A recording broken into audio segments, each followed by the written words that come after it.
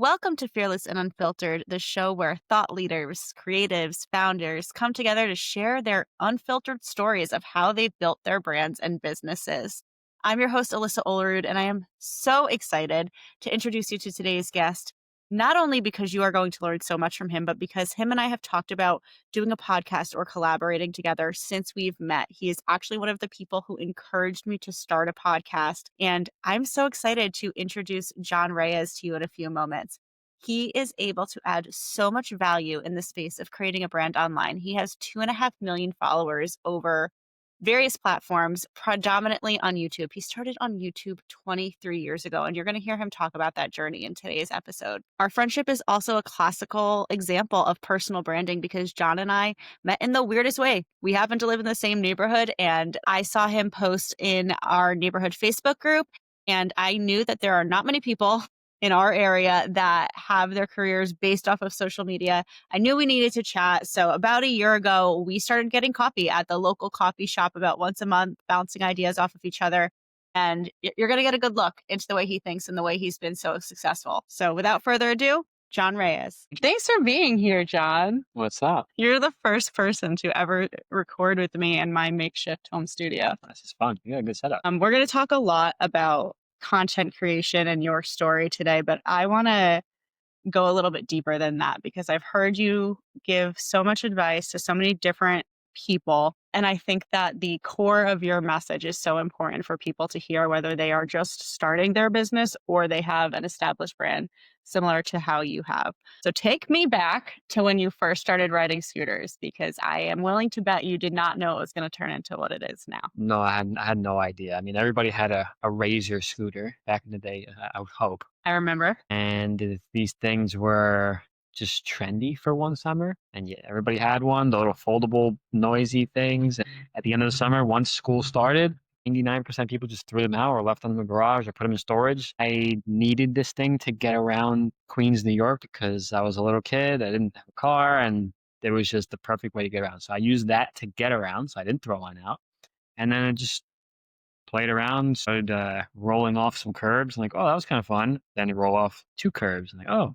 Then this natural addiction to using it to commute, to go to 8th grade, to the deli, to home, to the park, to a birthday party, and then up and down some stairs when in between. And then from there, it was just this natural addiction to just wanting to use it more. Whether I went further, I commuted even further, or just tried to learn more tricks. And then no intention. It wasn't even a sport, right? So when I started, there was this Razor, and there was nothing. There was no sport. There was no tricks. There was no videos about tricks either. So it's not like I can look at a video and like, oh, those tricks are possible. Let me try them. It was just no one knew. So 8th grade was when that happened. When did you start riding more than just a hobby? And did that happen before or after you started your YouTube channel? More than a hobby. You mean when I turned pro, like that kind of thing, or? Well, there's like there's that middle area, right? You start riding as a kid and it's fun, and then eventually you go pro. But there's this middle area. I know you were working in the shop, you were busting your ass to work and ride and do all of those things. Somewhere in there, it exploded to get you to the pro level. So what was that? Yeah, so it was that same addiction from day one, but just multiplied by 1 million or something. I just remember trying to do tricks for the first 2 years and not really being serious, just getting around like we just said. And then there was a video that was made by Razor, who made those scooters, and it came in the box of the scooters 2 years later. And I watched the video and I saw them do a backflip. Like, holy, that's possible. Like, I need to know how to do that. It's great to watch, but I need to learn it. And then from that day is when I'm like, holy crap, I have to do this. And I wasn't thinking about money. I wasn't thinking about future. It was just an addict. And then from there, I was working 2 jobs and then just trying to learn as much as I can on the scooter. So it was a very long day every day for a few years until eventually I turned pro. Have you ever worked with Razor in a brand capacity? They sent me 2 scooters once because I sent them a video of my tricks. They never sponsored me, but they said, that's a cool video. Here's 2 scooters. So that was the closest I Razor got. needs to sponsor Jon. That's what I'm getting at. No. We're going to talk more about your sponsorships and how that developed over the course of your career. I've heard you talk about your career many times. I've never heard you with the Razor story. Yeah, if it wasn't for Razor, I wouldn't be here. That's insane.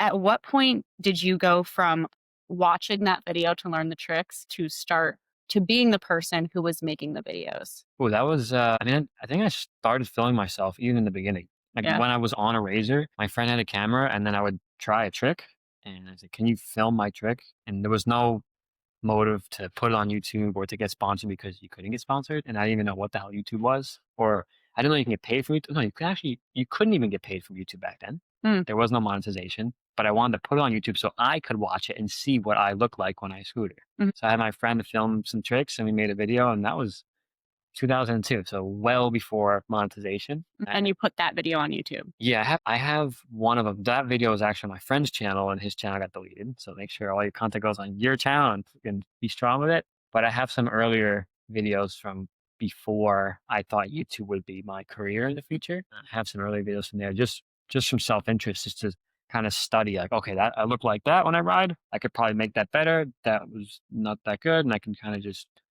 help myself progress and learn more. I was just so addicted. So if there's something that can contribute to me learning more tricks, I was in, and the videos and self filming was part of that. So it was just natural progression from that to eventually YouTube. Yeah. It's so fascinating to hear you say YouTube in 2002 in the same sentence because I think a lot of the people in my network are like, should I be on YouTube? I'm going to go on YouTube now, maybe.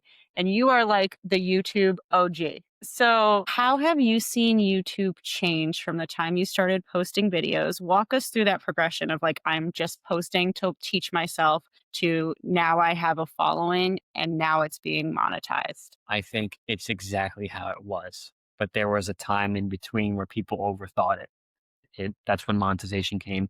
And you're thinking, I'm going to post to get paid. I'm going to post to get followers. But you forgot the main reason why you want to film yourself, document something that you like and enjoy, which now that whole motive behind getting paid is wearing out because now so YouTube's oversaturated in a Mhm. good way because now the people who are successful are the ones that are posting for that natural passionate reason, and that's what builds the community. So now I'm kind of seeing that transition just back to the same reason why I started, which makes it even easier for me to post. I'm like, Yeah. oh, cool. I just got to do what I enjoyed in the beginning. I just want to film myself and learn, and maybe someone else can learn. But either way, I'm learning about Yeah. myself and have some self-awareness filming. So that's what I see now. 23-year progression of YouTube. That's what it looks like. That's wild. And I totally see what you mean about people kind of getting lost in the idea of I'm going to post here just because I want to get paid for it. Yeah, they'll wear out. Like that's great. You want to get paid, especially if you're devoting your life to something, because you have to make a return in order to continue. In order to continue to do it, Mhm. otherwise you have to work somewhere else, which then takes away from the thing that you like to do. So you have to figure that out. But at the same time, the fuel should be that original. Like I just want to film myself, and if no one watches it, I'm still okay. And if one person watches it, that's a blessing. And then if it takes off, even better. Mhm. You shared with me once that you think of every YouTube subscriber as a friend. 100%. And so I know that your success has been because of your passion and your consistency. But obviously what you've posted over time has changed. So what is your regular schedule like now? I still post every day. Mhm. There's been times I took breaks just to kind of either one to I'll use the words like charge up, where it's like if this video is going to come out, I'm going to kind of prep for it and really tune in to increase the quality of that video. And then I've also posted every day for years. I've done an everyday vlog for 2.5 years straight, and every video was plus 10 minutes, and I never missed. And that was the beginning of the channel to see how I enjoyed it, how the audience enjoyed it, and it was all good. It grew the channel. And then now I still post every day. The content is different just because the world we're in is very quick, vertically get to the point. I need to learn now Mhm. thing. So that has shifted just because I still want to show value to the people that watch my stuff. And if I'm not listening to them, it wouldn't, then I could put the videos on private. But there's a balance where I want to post what I want, Yeah. but then I still want it to be worth someone's time to watch it. Yeah. So are you doing mostly short form? Mostly now. Yeah. In the meantime, I do have plans to shift big time to long form, but I have to heal my damn hip. Once my hip is healed, then I have these crazy plans. But right now, I'm doing short form because it's easier for me. Yeah. But I do have some plans for long form because that's the true community builder Yeah. for sure. I'm excited to hear about that. And my first thought was, okay, is it going to be the types of videos he's been posting, or is he moving in a different direction? But based on you saying your hip needs to heal, I'm thinking Yeah, yeah. it's gonna be similar. But that's a good segue.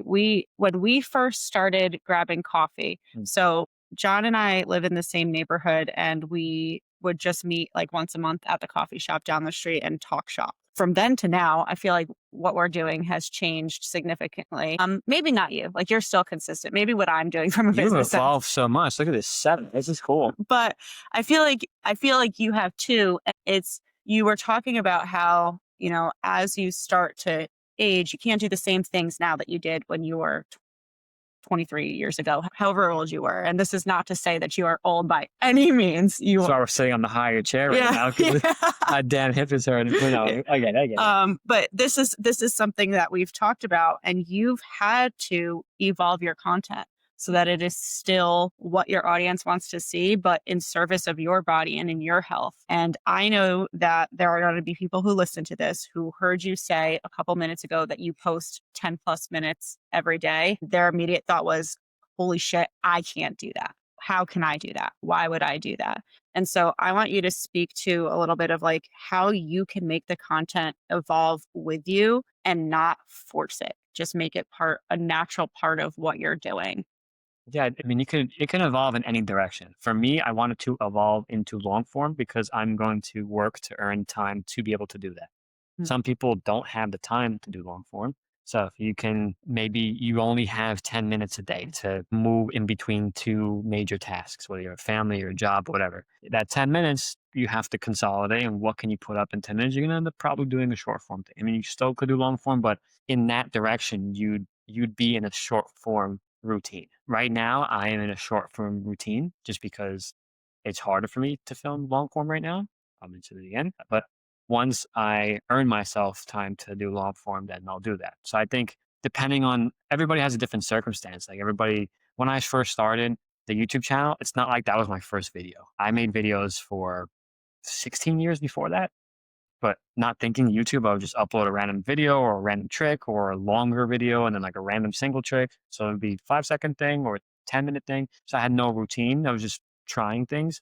And after trying all different directions of uploading, then I said, okay, I could probably upload a long form video every day because I know what it takes and I've earned the time to do that. Mhm. So there's everybody's life's different. I think if you can upload as much as possible, then the people who are watching you would probably enjoy seeing you more often. So, what advice would you give to somebody who is just semi-active on social media?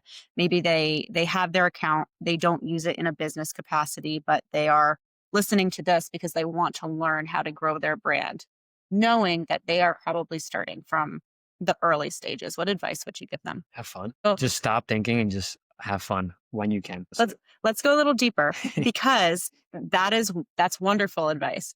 But knowing my clientele, they'll hear have fun and they'll be like, okay, cool. Like a But business, right? what And is that? they're stressing out. They're like, Yeah. how do I get What the does ball that rolling? mean? Does that mean I should be posting short form? Does that mean I should be posting on Instagram, on LinkedIn? Like Whatever you want. people tend to go and here. Yeah, overthink. Yeah, try that. Overthink anything on earth, and it will not be fun. If you try to tie your shoe, do you bunny ears tie your shoes? Or you do the loop swoop. I don't know. I do the bunny ears. Everybody, I think I'm the only one who does it. I think, yeah, okay. So I'm the only one who does the bunny ears. I don't know. My mom's crazy, but whatever. If I told you to tie bunny ears and you sat there and you're overthinking, you probably would either not even try, not do it, or stress doing it. Hmm. It's like the simplest thing. Yeah. This is kind of a stupid example, but No, I love that.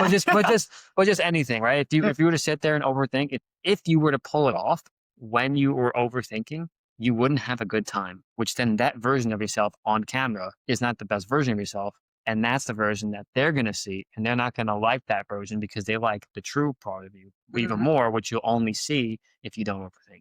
Right. So just have fun, and if you're stressing out, take a break, try tomorrow. Like don't I say upload as much as you can, but then as much as you can without forcing it. So if once a month is the most you can do while having fun, that's where it starts. Next month too. Does it feel fair to say that you can look at your schedule and just make a commitment to yourself? Like, I see I have these time blocks I'm going to do it twice a week. Yeah, I would Awesome. change the word from myself to my audience, and then that will automatically happen. Okay, let's walk through that again. I don't even know where I said myself. What did Okay. I say? You said, can you commit yourself to a specific time every day or however many times a week to upload? I'd say change that to the audience where it's like I commit time to the people once a week or twice a week, whatever it is, because that's more motivating. Because if you're doing something and you know someone on the other end is going to enjoy watching something that you enjoy to do or give value, then you're more likely going to show up because the other person is waiting for that. That is And then such a that gives you more motivation, more drive. And then when you are filming, you're doing something for yourself and someone else, which Mhm. is like a superpower. Yeah, that is such a simple but impactful mindset shift. The camera blocks everything, right? Like we're looking at a camera right now, Yeah. people are watching. We don't know the amount of views this will get, Uh, but because we're looking at a camera, we don't really see that number. But if you were to line people up behind over there, the energy you get from seeing people mhm, listening to you talk about something that you're knowledgeable in, you want to share it to help inspire the next group of people that want to learn from you, you're a different person. But the mhm. problem is the lens. So if you can trick, and I think I talked to you about this before, if you can and trick and just pretend that this lens is not just a little piece of hardware, that there's people on the other side on the other side of the screen, you're gonna tread differently when you upload. Yeah. And I think people forget that. And if you remember that, then uploading would be very easy and easy to not overthink because you're just like, oh, my friends are on the other side. They're waiting for me to do something cool for them. Yeah. I think that's the most important part when you're thinking about the other person is thinking about it as them being your friends. Because a lot of people, when they overthink, part of their overthinking is people are going to make fun of me, or what if I say something stupid, That's or fine. That's what friends are for. If you say something stupid and your friend's like, that was stupid, then you're like, okay, I guess that was. And you yeah, all smile. yeah, Right? If someone says it's stupid and they actually think it's stupid, they probably won't watch your video the next time, which is fine. yeah, And then you could take that as, was it stupid? No. If you're confident and you're having fun, then it doesn't matter even if it is stupid. And so I tie my shoes with bunny ears, that's probably stupid. No one else does it, but I don't care because my shoes are tied right now, so it yeah, doesn't matter. Like that's how you got to think about it. yeah, Because there'll be people that will criticize, but deep down, if they're here in the room, they probably wouldn't criticize for more than 10 seconds, and they can see what kind of person we are, and then we exchange and eventually become friends. So if you mhm, think like that, there's nothing to be insecure about either. yeah. That's great Mm. advice. Working in content creation, social media, making a living that way is different. It's not what most people are striving for. Most people are striving to just build their brand enough to build their business. I think you and I get along so well because we kind of are a little bit past that. Like social media content creation is what we do for a business, even though what we are putting out into the world is completely different.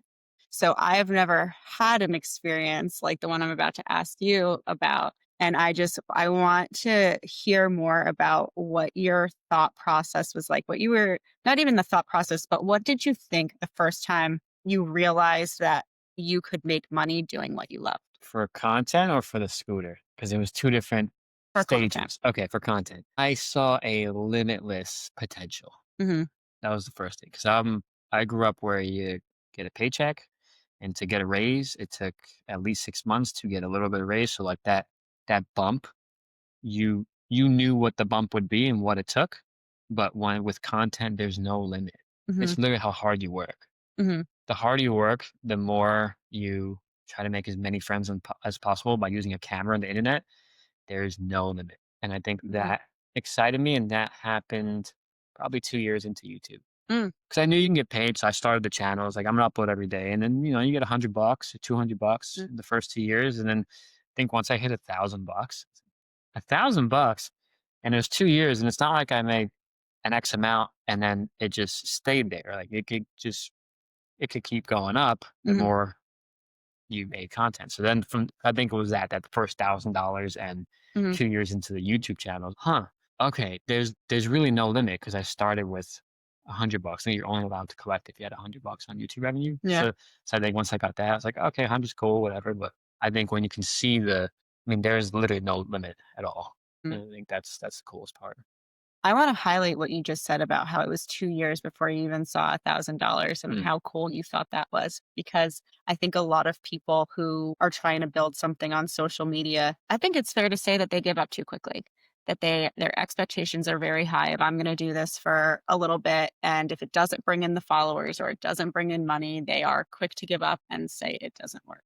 that's good. I want them to give up. It's better for you. No, It's no, better. I'm kidding. because if I got you, I Jesus. got you, I got you. We're here. If they're giving up because they're only in it for money, please get off YouTube. Yes. That's it. Like, don't be a, what words can I say? I say You dick. can say whatever you want. Don't be This a show dick. is called Unfiltered. Don't be a dick to the audience that you're trying to artificially build and use just for you to make money. Oh Because my God. that will, if it works, that will eventually wear out.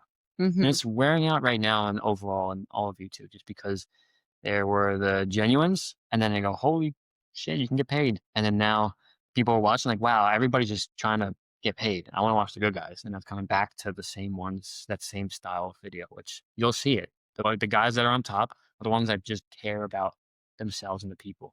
That's awesome. Yeah. Um, And if you give up, I mean, I don't know, just stop and try something else that you enjoy. Which I would say get off YouTube. I would say not permanently. Get off YouTube for that reason and mhm. get back on for the right reason. Yeah. Get back on and upload 10 videos private. Mm, If you don't enjoy doing that, then stay off. that's a very good, practice run, Yeah. it seems. Yeah. I mean, you're not going to get paid right away either. It Mhm. doesn't work like that. I Yeah. uploaded every single day a 10-minute video for 700 days straight. And then I got $100 or something. That's when I got paid. Mhm. And then the 1,000 came later. But it took a long time and I couldn't miss. And I worked 2 jobs during the day while I was uploading every day. And Mhm. then I got paid. Yeah. So like I was looking to get paid. I was getting paid for my other job. Yeah. And why I asked you about that because like I said, what I do is completely different, even though it's social media. I'm working with small businesses, and a lot of times they're like, we need more customers, and they're looking for the social media content to like save their business. And It can. it's easy, right? It's easy to think that way because we've seen it done. Mm. But I think a lot of people don't realize that it's not an overnight thing. You're not going to post the majority of the time. You're not going to post one time and see all of your business problems go away. It is more so of you're going to build a community, you're going to be consistent, you're going to be authentic, and from that, your people will find you. Right. And you shouldn't have to think about that. Right. If you're thinking about building a community, being authentic, is can you imagine we walked into a coffee shop when we hung out one time. You're like, okay, John's here. I gotta be authentic. I gotta be original. You're probably gonna BS your whole whatever you're gonna say that day. We don't That's it. do that in person. Let's not do it in front of the camera, which is we're trying to reach people. Yeah. So just act the same you do in person. Mhm. It'll work. I love that. So let's pivot a little bit outside of social media to just a standard day in the life. Hmm. The way that I like to structure these conversations that we have on the podcast is similar to the content framework that I've shared with you, Flow, where we talk about your foundation, your lifestyle, your offer, and your wisdom, because I think that helps people naturally show up authentically without having to think about it. Your lifestyle, in my opinion, is a genuine part of that. And now you kind of like live and breathe your health, your fitness, your sport. When you are not riding, when you're not creating content, what are you doing? Thinking about it. I mean, I'm still a normal human. I scooter, the scooter 24 hours, but I would not be able to make it past 40 if I tried to do that. So I want to scooter as long as possible. Yeah. So I got to give my body a break, which I'm learning now. As I'm older, I'm not 10 anymore, so I can't face plant. And then just like, oh, okay, I'm good. Black eyes, whatever. Yeah. Now a face plan keeps you sleeping for a few weeks. But what I'm not doing when I'm riding, I try my best to. Over the years, I've tried my best to practice what I do making content and get better at it, increase quality, but also increase efficiency to the point where I can do everything I'm doing in a shorter amount of time so I can earn myself regular human life and not documented life and enjoy being present with people that I love and friends and stuff like that. So when I first started making content, I would work a job from 9 to 9. So I would go to the gym from 5 to 6. Then I would film a video from about 7:30 to 8:30, and then I would go to the job from 9 to 9. Then I would come home and I would edit from about 10 to 12, and that was my day. So I didn't have time to hang out with people. Mhm. Right. So now over the last 9 years, so now I try to squeeze that whole, I don't know how many hours, maybe it was a 19-hour day or Mhm. 18-hour day. I'm able to do that in an hour. Yeah, 2 hours. Wow. Obviously, I don't have to work the full-time job anymore, but that's because I did earn time, pay from content. So now everything I'm doing with content in order to keep the ball rolling is done in 1 hour, maybe less. So what's that like? Like when you wake up, what are you doing? Give us a day in the life of Jon. Okay, I wake up, I get some sun in my eyes Mhm. first, look in the sun, get that circadian rhythm going, drink some hot lemon water with a little pinch of salt in there. Then I'll do some meditation, then I'll do my workout, and then kind of clear my mind, don't touch my phone, make sure I'm still being a human, not a robot, and then have breakfast, and then hang out with my wife and dog, and then I'll handle the content things for an hour. But I have some free time now.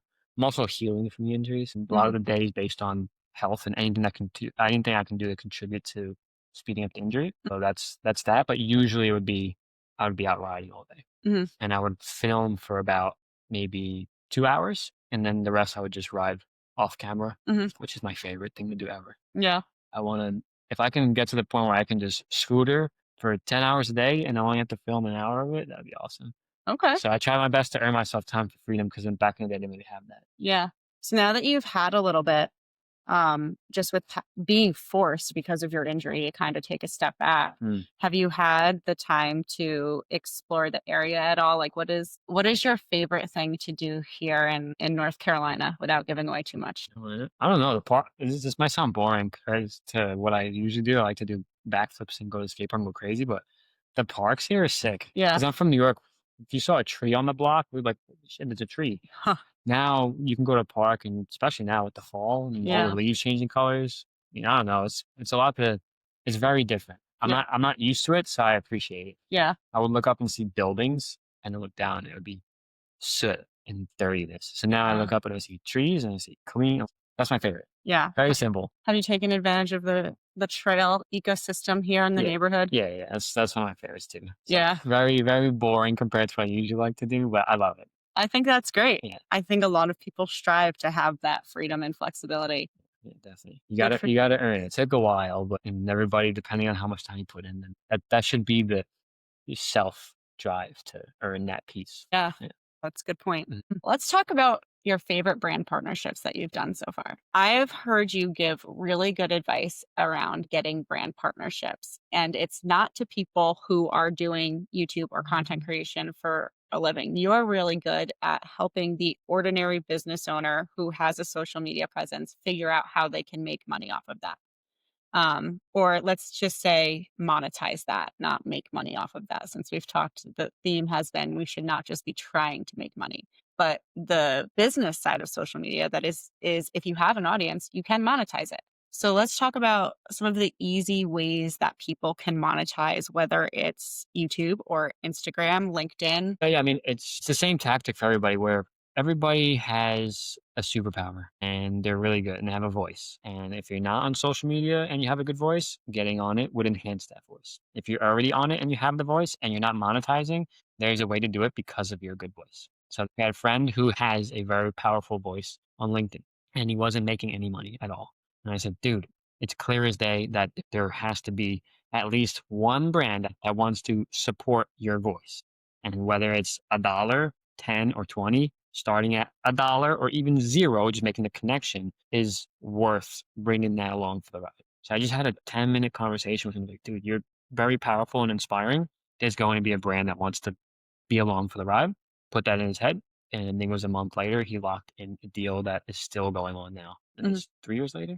So that's just an example. But for Well, between you guys having that conversation and him locking it in, what is that process? Because if I remember correctly, he had to reach out to somebody, right? It's not yeah, like yeah. the brands were just coming to It's him. just being human. Same way you reach out to your audience to get them to watch your stuff, or it's like, hey, like, do you need help? Can I do something in a video that can help you? Same thing. It's the same process. People overthink connecting with brands and building subscribers and building followers and then making money. It's literally the same formula. It's the same thing. It's just looking in a different direction. It's the same formula. Be genuine, be genuine, be genuine. It's like literally the same thing. If you, for instance, there's let's say a glasses company and I like these glasses and I like them. No one knows I like them yet. I really like them and I'm like, damn, these glasses are sick. Then I'll reach out to the brand and say, I love your glasses. That's it. I'm just trying to make friends with someone. And if they say, wow, thanks, cool, we connected. If they don't answer, doesn't matter. I still like the glasses. I'm still going to buy them. So if they don't answer, I'll still own them and wear them. If they respond and say, cool, we'll send you another pair. Cool, now I have two glasses, even better than having one. Maybe they'll pay me. Like, oh, I see your videos. And so it's that same humble, genuine communication, which we should already have before the internet existed, that we forget. And you just use that. And everybody has it. You just camera, lens, internet, comments, and you forget that if you were to go outside, you're not thinking internet when you bump into someone. You're like, oh, your dog's cute. Yeah. It's just that. It's Yeah. like you have a cute dog, but just glasses or a product or something, same thing. And it works every single time. You don't get paid every time, but you feel great every single time you do it. Whether you get your DM seen or not, it still works because you are supporting a brand that you enjoy improving it by leaving a comment. That's a You great can't point. lose. That's a great point. You can win even harder when they connect and they give you a nice salary, but at the end you can't lose. Yeah. So it's clear that there are people on the internet who will take any sort of brand deal just to take the dollars. You are not that person. No, they're not that person either. Would they take any job just to get paid? There are people who do that. There are. That will eventually make you miserable. Yeah. And then you'll stop. It's not a forever thing. But deep down, that person is not that kind of person forever. So all of that being said, it's clear that you won't do that. You haven't done that. And you still get a lot of brand deals just by one, being yourself, two, being good at your trade, and three, building your audience the way that you have. I can think of multiple deals that you've done, but what's been your favorite? Probably Envy, my scooter sponsor. Yeah. Because since I was a kid, I always wanted to be a professional athlete. And because of them, I am now considered one. Yeah. Obviously, I'm a content creator, but even besides the YouTube, Instagram content stuff, Envy, which is the brand that makes the scooters that I ride, they're the ones that gave me the. And then as far as like other things, other brands besides the scooter, like the content side of things, I think Tiger Bomb was probably my favorite. There's a really cool story about that. It's a good lesson that I didn't know I was learning, but that was probably my favorite brand to work with. That's the Lesson. story. So, okay, so the advice I just gave is exactly what I learned to do by doing it, not thinking I was doing it. So I use Tiger Balm. Everybody knows like pain relieving ointment. So if you get a bruise or something, you put it on. It's icy hot. Has some other stuff that helps relieve pain. It's awesome. I've been using that since I was a kid. Parents bought it when it was in the medicine cabinet, and then there was a competition in Pennsylvania, and I was so confident. I was in what I love the skate park. Like, oh, I'm gonna win. I was practicing the day before. My run was locked in. I was like, I'm winning tomorrow, 100%. I got it. Like cat's in the bag. An hour before the park closed, the night before, I broke my ankle. Oh no. Pissed. I was so pissed. And my ankle was a balloon. My right ankle, I remember looking at it. It was green, blue. The next day, I was like, dude, I could have won, but I made a stupid move that I triggered and undo. So then I had Tiger Bomb. I was like, all right, whatever. I'm just going to warm up how I can, rapid, put some Tiger Bomb, put Tiger Bomb with some adrenaline, some Tiger Bomb, and blasting music. I won that competition, have a first place trophy at home, and won some money from that comp. So, not smart. If you have a broken ankle, take care of it. That was really dumb. It probably became more broken doing that. But don't let that be the lesson. yeah, that's not the lesson. But a week, no, maybe a months or so later on Instagram, I just messaged Tiger Bomb. I just want to thank you because if it wasn't for your stuff that I've been using for years, I wouldn't have gotten this trophy. And I sent a picture of the trophy and I was like, dude, I got this trophy. Thank you so much. And I had no intentions of working with him. I actually never got paid from Instagram in my life at that time. So I was just sending him a cool comment, like thanking him. I have this trophy. That's all I cared about. I didn't even care about the paycheck that I got. I was like, this trophy. And then they responded to me and say, oh, that's awesome. We'll send you more. And I was like, oh, sure. That's all cool. They sent me a huge package of Tiger Balm. I was like, damn, okay. And at that time, I was like, let me make a little Instagram promo video, like a little commercial kind of thing, just as a token of gratitude. So I made a Tiger Bomb, like using at the skate park, doing all this stuff. Made a video for them. And then they're like, wow, that video is really cool. We'll send you more. I was like, dude, I don't need more pain relieving stuff. I have a box. My whole body would be numb. Let's hope I am never in that much pain. Right. So then I made another video for them just because I'm like, cool, I'm talking to Tiger Bomb. It's like a dream company that saved me. And then long story short, we went back and forth with DMs because they loved my videos and they just wanted to keep sending me stuff. And they're like, we want to pay you to keep doing this. So I locked in a yearly contract for 5 years that incrementally got raised what I've been asking every year for 5 years with them. Wow. And it was that I realized that, so wow, that genuine communication is what earned me a steady paycheck with a brand that I love, where the work didn't feel like work because I was already doing it for free. And I Mhm. would have continued to do it for free because I Mhm. enjoyed it. Yeah, that's a great lesson. Yeah. I love hearing how someone got to a decision or learned a lesson or what came from it. Um, The blueprints. Sometimes the specifics really, you can learn a lot, yeah, even from the outside. Like I didn't see those blueprints until I realized the story after I think it was 2 years after I locked down. I was like, damn, working with Tiger on, that's crazy. Like this is nuts. This is yeah, cool. And I'm like, oh, that's probably what yeah. it's a natural way to just be human. Do you still, at this point, do reach outs to brands that Mm, you know that you are using? yeah, yeah, 100%. Like even a lot of stuff with health, like I'm using stuff to recover. I'm Mhm. using, I'll buy the thing first. I Yeah. won't reach out. I'll buy the thing, use it. Like I bought a red light panel for like $1,000 the other day, Yeah. and then I reached out after using it for 2 months, and then now we're talking. Yeah. So I spent my own money. I spent thousands of dollars on my own money to get the product to Yeah. see if I like it, and then if I did, then I would reach out to that specific brand.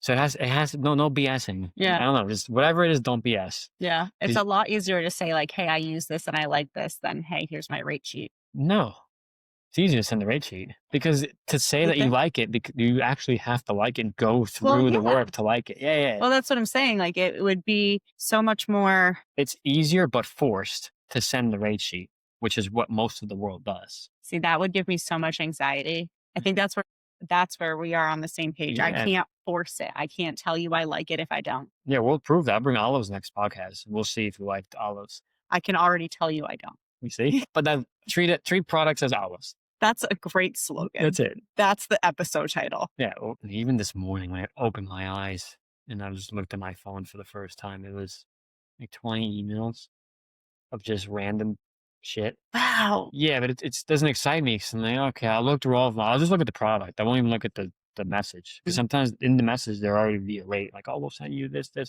me just see the thing first. And there was one that was kind of cool, and it was like a security camera. But then like I already have security cameras Yeah. at iBase. I'm not gonna have double the security cameras and just for the video. Yeah. That's kind of where it's at. So I'll get a lot. I'm at the point where I'm very picky Mhm. for my audience sake. I respect. Mm. I respect that. Plus, there's some tactics and working with specific brands in order to gain access to the other ones that you really like. There's that too. Like I'll work with a big brand for free because I know another big brand that doesn't work for free sees that I work with this other big brand and I go, oh, whoa, he's working with them. I wouldn't pay him. So you can use it like a chain link, but then you still need that first brand that you work for free. That's big to be a brand that you enjoy. Yeah. So there's also that. There's like different strategies to kind of get access and to the brands that you really, really like that you dream of. Do you have a dream brand that you haven't worked with yet that you're willing to share with us? Probably Jordan. Like, The shoes. well, these aren't Jordans, but Yeah, yeah. probably Jordan. All That'd right. be, I think, and then everything that I'm working with is probably my dream. That'd be the only one. Everything else, I'm like the 4 brands that I work with right now. Yeah. Top ones, those are my dream ones that I got. Okay. Let's do some manifesting, John. Jordan, If Jordan was going to send you anything, what would excite the hell out of you? a DM. Okay. So we're talking Michael Jordan personally. Oh, I don't even need Michael Jordan. Just the brand itself, just to open that DM thread.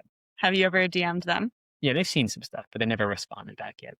But they will next year. Mm-hmm. If you have a dream brand, it'll eventually happen. I think that, what do they say? It's manifest. Being But Delulu is the Salulu. Have you ever seen that? never seen it, but that makes sense. The fact that you haven't seen it and I just said that is really embarrassing because I assumed everybody had seen it all over the internet, but that might just be my algorithm. All right, we're going to wrap up with one more question. Before you got your first Razor scooter, did you have like a dream career? Did you know what you wanted to be when you grew up? Nah, I had no clue. And I would piss my parents off.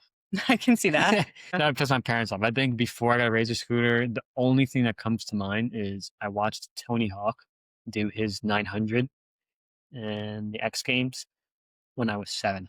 And I was 7 years old and I watched it. I said, damn, I just want to feel what he felt. Just being surrounded by people and doing what he liked and challenging himself. He was fighting, he was falling. And I was just so excited. That was the first moment I remember ever feeling the chills. From there, I was like, I just want to chase that feeling. So that's the only thing, that's the only lead I had toward this. Yeah. Which ended up leading in this very similar direction. Skateboards and then now scooters. That was the only thing. So, what advice would you give to somebody who still hasn't found that high that they're chasing? What advice would you give them that they could utilize now to start moving towards the direction of the career they want or even just the dream life that they are looking for? Go taste things. Go Okay. taste everything. Don't try to taste things. Just go out, be present, and explore life. Just do it. Yeah, but just try it. I was trying to bring in Nike there for a second. Yeah. I mean, just try everything. You don't know if you like olives or not until you try them, right? Mhm. And then if you find another food that you like, wow, I love this food. The feeling you got from eating this food. Holy shit! I got to come back to this restaurant. I got to make this. I gotta learn how to make it at home. Got to try a different restaurant with the same recipe. Same thing Yeah. with things you like to do. Like, do I like podcasts? Do I like filming video, photo, vertical, long form? You don't know what you like until you Mhm. try everything. And I think the world that we're in now, you have access to everything. So there's no excuse to try everything versus 100 years ago, you either like rode a horse or you shot a gun or something. Right. So like the options now are so endless that Yeah. it could make it overwhelming to Yeah. just find what you want to do. But that's what makes it more fun because now you can try to do Yeah. everything. And I think from there, there'll be a moment where you go, whoa, that was fun. Yeah. How can I do more of this? And how can I make this my life? Yes. That's perfect. It's easy. It's easier said than done, but I mean, it's a very Gary V kind of thing too, where he always Yeah. says, just like go explore things with people that you like, surround yourself with the right people and the things you enjoy to do, and find things you enjoy, and take pieces from each thing. If it's not just one, some people always try to chase the one thing. Like I scooter, so it's like, oh, there must be a one thing since you have your scooter. For me, it's one. For some people, it might be 10 different things I like. I think that's one thing I've seen a lot where it's like, I haven't found my passion. It's like, well, maybe your passion is multiple things Mhm. and changing. I don't know. It could be anything. Multi-passionate. Yeah, Those are yeah. my people. Yeah, yeah. Or your passion is not really a thing. It's more of your passion about just trying things. Yeah. That could be a passion, which then can confuse you. But if you have self-awareness, then you'll realize that. Yeah. That's a great point too. Mhm. I think you'll appreciate this because it's been the theme of our conversation. I am the multi-passionate person. Love hearing people's stories and talking to them, which is why I started this podcast and it's why I work in social media.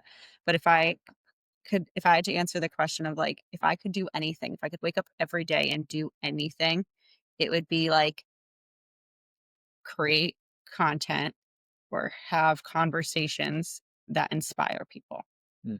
And so my biggest goal right now is trying to figure out what that looks like. And my biggest lesson this year has been letting go of the outcome. So we talked a lot today about like, don't do it because you want to get paid, right? Like I didn't start a podcast because I think I'm going to get paid for it. I know that that is a long, arduous process and it's either going to happen or it's not. I'm just more excited by the idea of like what it could be. I'm thrilled by the becoming, what it could be. Mm.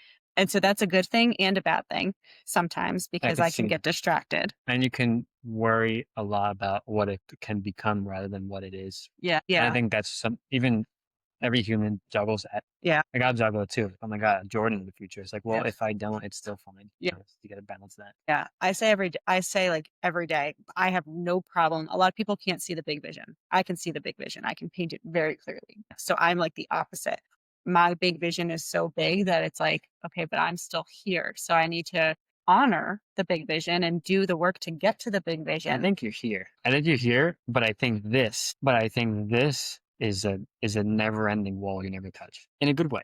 No, I think that's like the very best way to wrap this up. In a good way, because no matter what, like for me, I wanted to be pro. Hmm. Holy shit, I made it. It's not the end. You Yeah. can push it.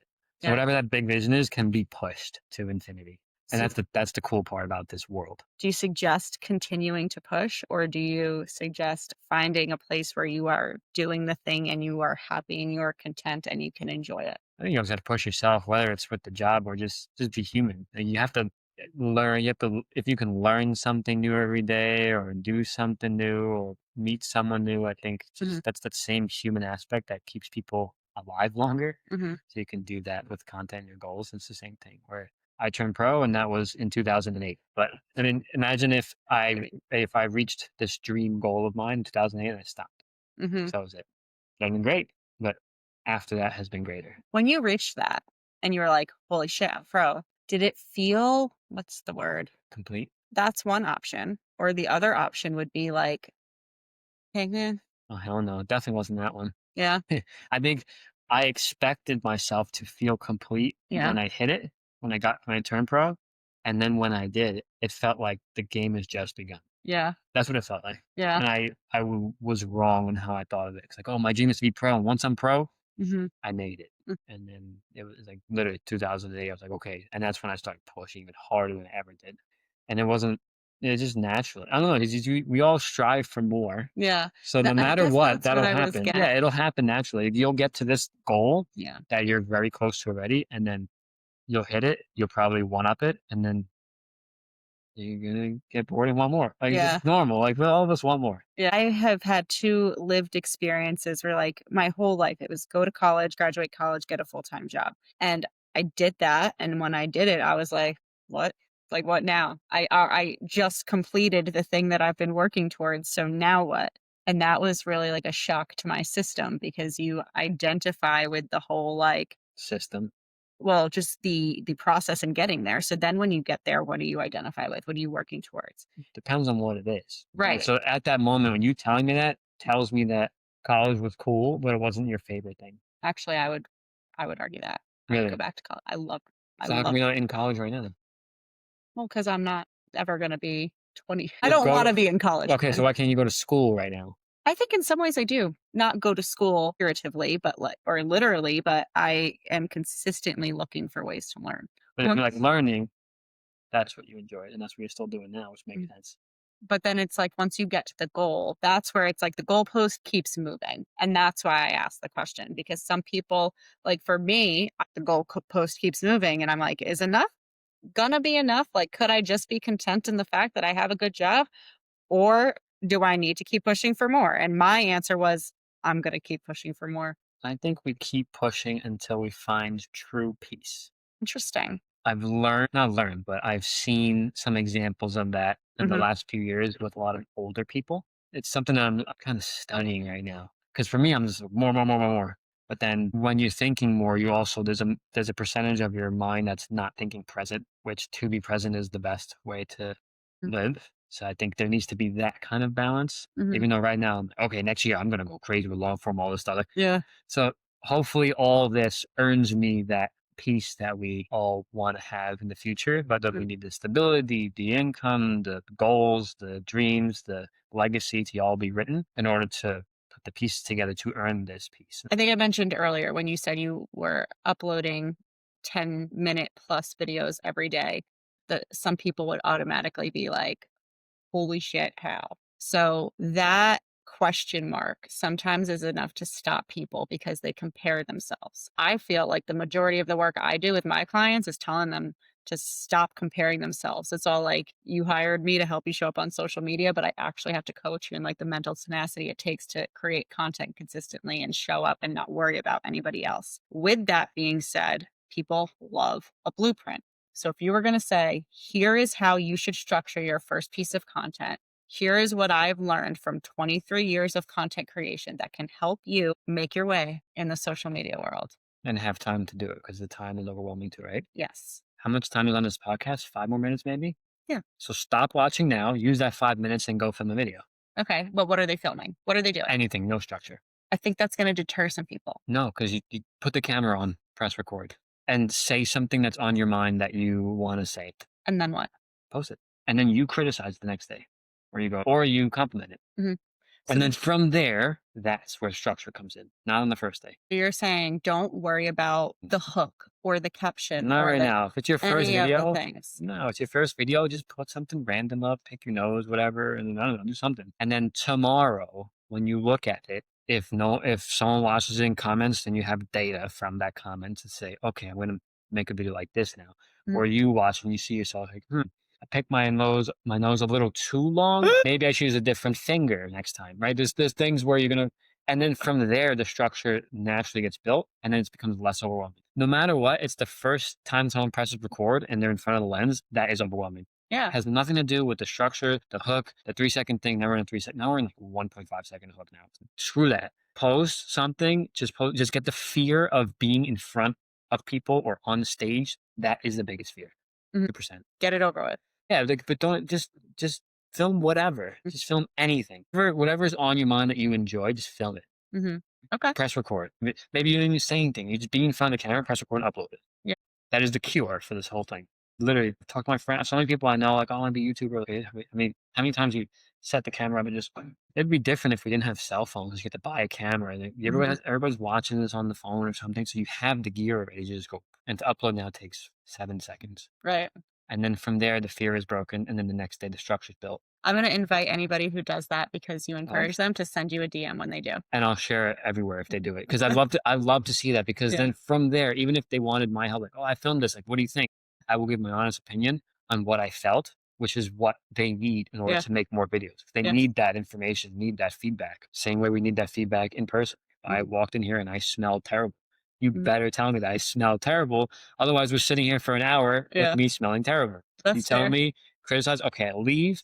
I spray something and come back. Now we're good. Structure. Yeah, I like it. I like that. So our biggest takeaway today is go do the thing. Don't overthink it. And have fun. Earn the right to keep doing it to get yourself to your goal and the peace that will ultimately come with it. Yeah. All right. I think that's great. That was good. Thank you for joining us today on Fearlyss and Unfiltered. Jon, it was a pleasure to have you here. If you have listened to this episode and you found something invaluable, which I know that you did because Jon shared a lot of wisdom with us, please share it with your friends, like, subscribe so that we can keep bringing these episodes into the universe.